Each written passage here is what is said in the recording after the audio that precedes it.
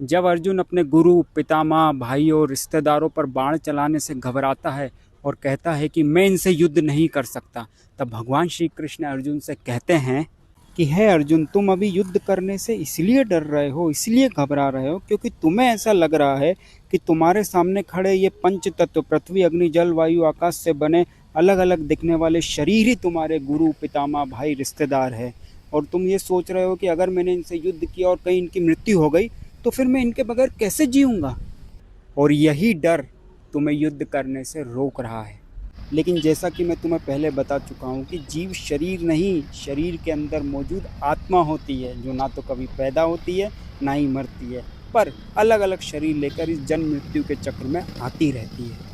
अब ये बात भगवान ने कह तो दी, लेकिन हम जैसे आम मनुष्यों के लिए इसे समझना उतना ही मुश्किल है जितना कि एक भैंस के आगे बीन बजाकर उसे अपने साथ ले जाना। लेकिन चलो समझते हैं। जैसे हमारे सामने अलग अलग तरीके की मशीनें मौजूद है, टीवी, फ्रिज, एसी, पंखे, हीटर, चार्जर, कंप्यूटर, लैपटॉप्स, जिनके काम भी अलग अलग है और रूप भी अलग अलग है। लेकिन ये मशीनें तब तक एक कचरा है, कचरा जब तक उसमें बिजली नहीं है, क्योंकि बिजली के कारण ही ये चल सकती हैं, बिजली से ही ये अपना काम कर सकती है, बिजली से ही ये अपनी स्किल्स दिखा सकती हैं। बिजली नहीं तो ये एक तरीके की कचरा है, कचरा। वैसे ही अलग अलग दिखने वाले शरीर एक तरीके से मरे हुए शव हैं, शव, जब तक उनमें आत्मा नामक प्रकाश कण नहीं है।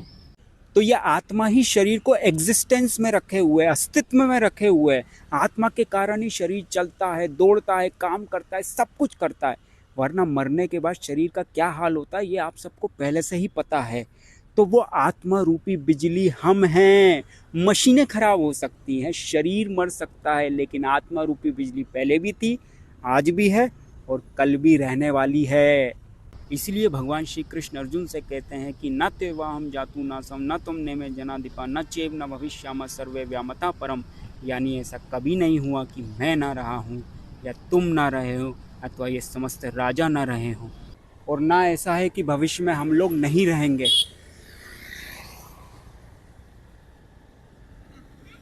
राधे राधे।